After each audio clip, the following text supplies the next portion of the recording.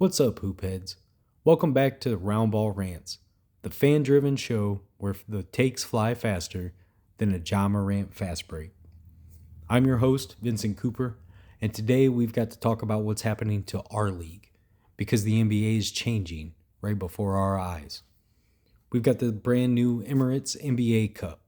We've got whispers about player loans, and the league is making moves that look more like international soccer than American hoops. I'm not saying change is bad. I'm saying it's worth asking, who is this change for? The NBA has always evolved, from short shorts to super teams, from hand checking to highlight reels. But now it feels like we're entering a new era, one where business and branding might be driving faster than the basketball itself. Are we witnessing evolution or a sellout? That's the rant today. Let's get into it. So let's kick it off with the big one, the Emirates NBA Cup. The league's shiny in-season tournament, once just an experiment, now comes with luxury branding straight from Dubai. Emirates Airlines, official sponsor, naming rights, the whole deal. And look, I get it, the NBA is global, and global money is big money. This is a league that's been pushing international expansion for decades. But let's be honest, this is different. When I hear the Emirates NBA Cup, I don't think basketball. I think Formula One or golf or soccer. It's polished, it's slick, but it doesn't feel like the NBA we grew up with. Next thing you know, halftime shows will have first-class lounges. The winning team gets complimentary flights. Shh, don't tell the WNBA. And Adam Silver's handing out frequent flyer miles instead of medals. But jokes aside, this partnership isn't random. The Emirates deal represents a shift in identity. The NBA isn't just expanding, it's rebranding. It's positioning itself as a luxury, global entertainment product instead of a gritty American sports league. The Cup is a symbol of that. Mid-season, high-gloss, corporate-friendly competition meant to pull in fans who might not care about an 82-game regular season. Now, if you're still wrapping your head around how this whole thing works, here's the breakdown. The Emirates NBA Cup runs right through the first couple months of the regular season, usually November into early December. Every team plays 4 games in the group stage. Each conference is divided into groups of 5. And you play 1 game against every team in your group, 2 at home, 2 away. Those games also count towards your regular season record, which is kind of genius. It keeps everybody locked in.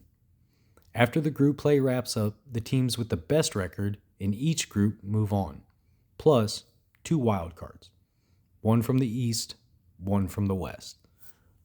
Those teams all go to the next round. Then it's win or go home time.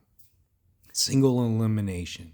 Quarterfinals get hosted by the higher seeds, but the real show, the semifinals and the finals all go down in Las Vegas. Bright lights, big stage. It's the NBA's version of March Madness for grown men. That Vegas atmosphere last year, electric. You could feel it through the screen.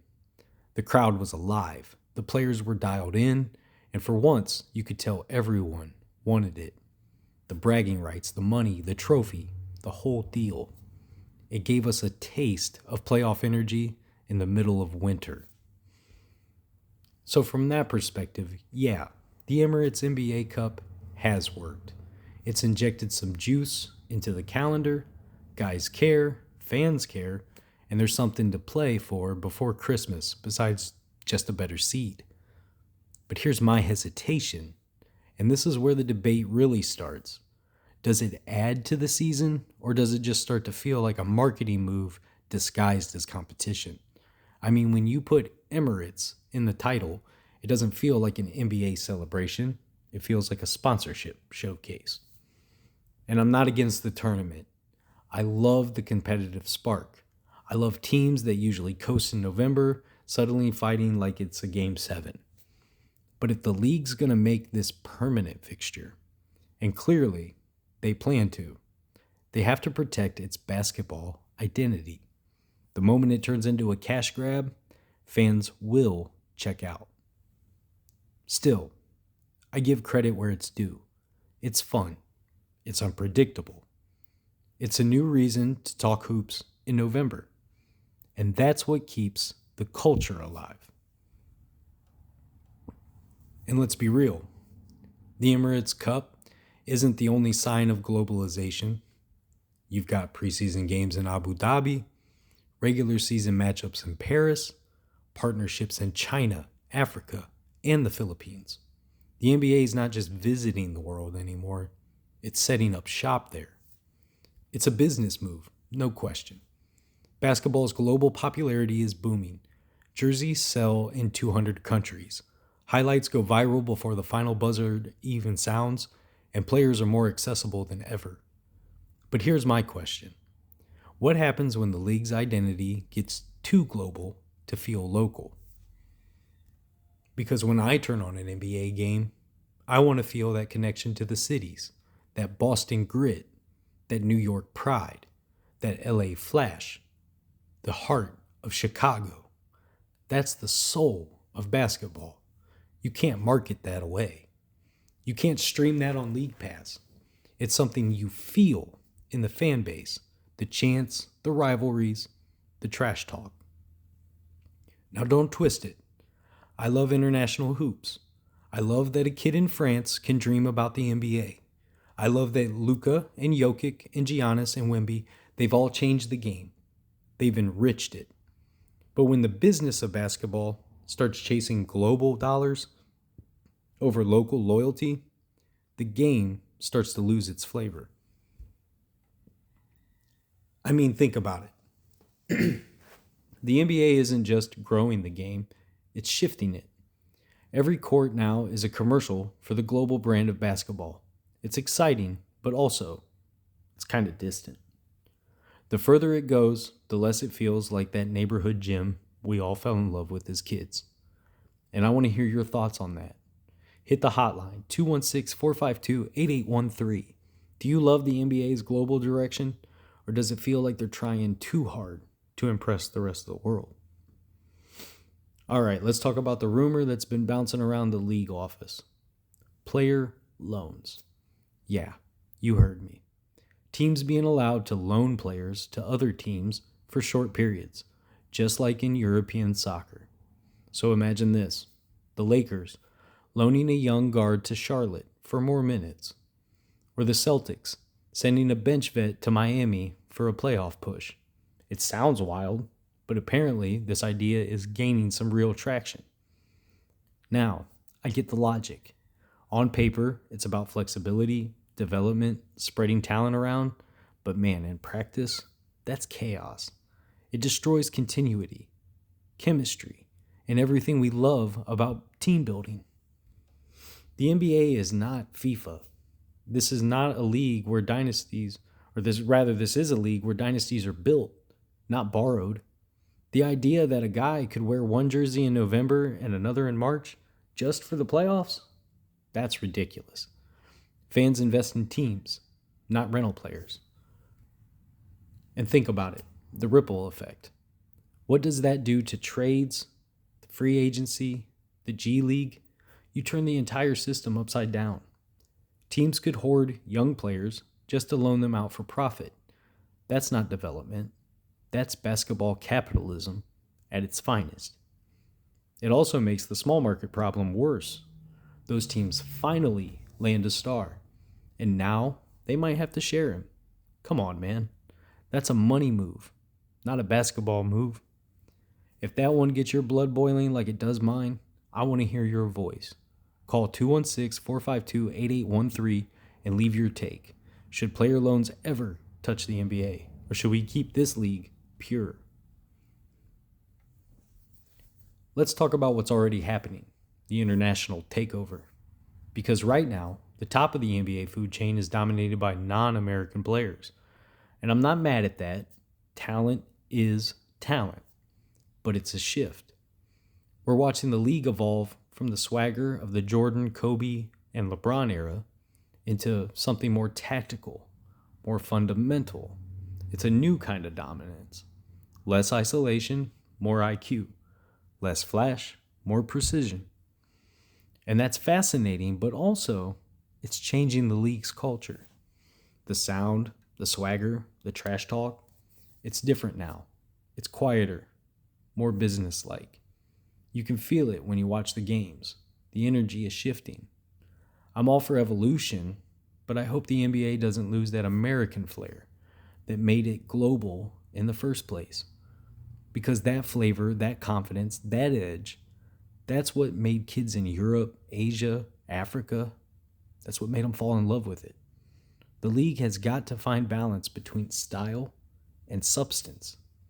You can celebrate international growth while still keeping that homegrown fire. It doesn't have to be one or the other. Before we close today, I want to take a moment to honor a true basketball legend. Someone who reminded us all that the game is about more than just stats, money, or global reach. I'm talking about Sister Jean Dolores-Schmidt, the heart and soul of Loyola University Chicago basketball. Sister Jean was more than just a chaplain for the team. She was a spiritual leader, a motivator, an icon of pure love for the game. Born in 1919, she joined the Loyola community in the early 1990s, and became a fixture on the sidelines, offering prayers, advice, and a smile that could light up any gym. Most of us came to know Sister Jean in 2018, when at 98 years old, she became a national sensation during Loyola-Chicago's unforgettable Cinderella run to the Final Four. The Ramblers, an 11 seed, took down Miami, Tennessee, Nevada, and Kansas State, before finally falling to Michigan. It was one of the greatest March Madness stories ever told, not because of the brackets it busted, but because of the spirit behind that team. Every pregame, Sister Jean would deliver scouting reports, offer players prayers, and that was for both teams, and reminded players to play with joy. That's something I think the entire world could use right now. Today, a little more joy. Even into her 100s, she kept showing up. She became a symbol of faith, perseverance, and positivity, proof that basketball could connect generations. When Loyola made another Sweet 16 run in 2021, she was right there again, mask on, cheering for her boys.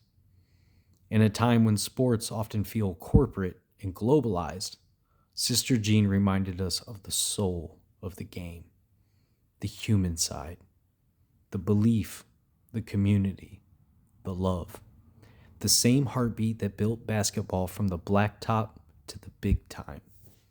So tonight, Roundball Rants sends love, respect, and so much more to Sister Jean.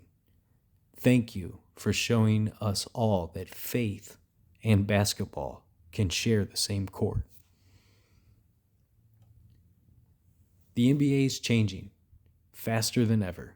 Between the Emirates Cup, global partnerships, and the talk of player loans, this league is stretching its borders. The question is, how far can you stretch before something snaps? But as Sister Jean would say, keep your faith, keep your joy, and keep playing the right way. That's it for this week's Roundball Rants. Hit the hotline at 216-452-8813. Drop your thoughts for next week's episode, or rather the next episode. Hopefully it doesn't take a week.